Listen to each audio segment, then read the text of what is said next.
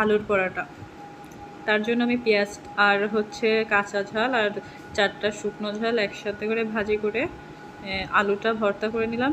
তারপরে একটু সরিষার তেল দিলাম, দিয়ে যে ভালো করে মেখে নিলাম।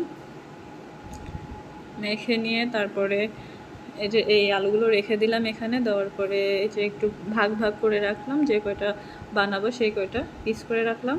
তারপরে আটা ময়ম করে ওখানে একটু রুটি বেলে তার ভিতরে আলুর পিস একটা দিয়ে দিলাম।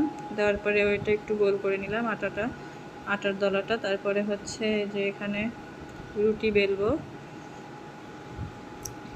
রুটি বেলার জন্য এটা সুন্দরভাবে গোল করে নিচ্ছি যাতে দেখতে সুন্দর হয়। একটু চেপে চেপে নিচ্ছি, নেওয়ার পরে একটু বেলে নিচ্ছি। এটা খুব আলতোভাবে বেলতে হবে।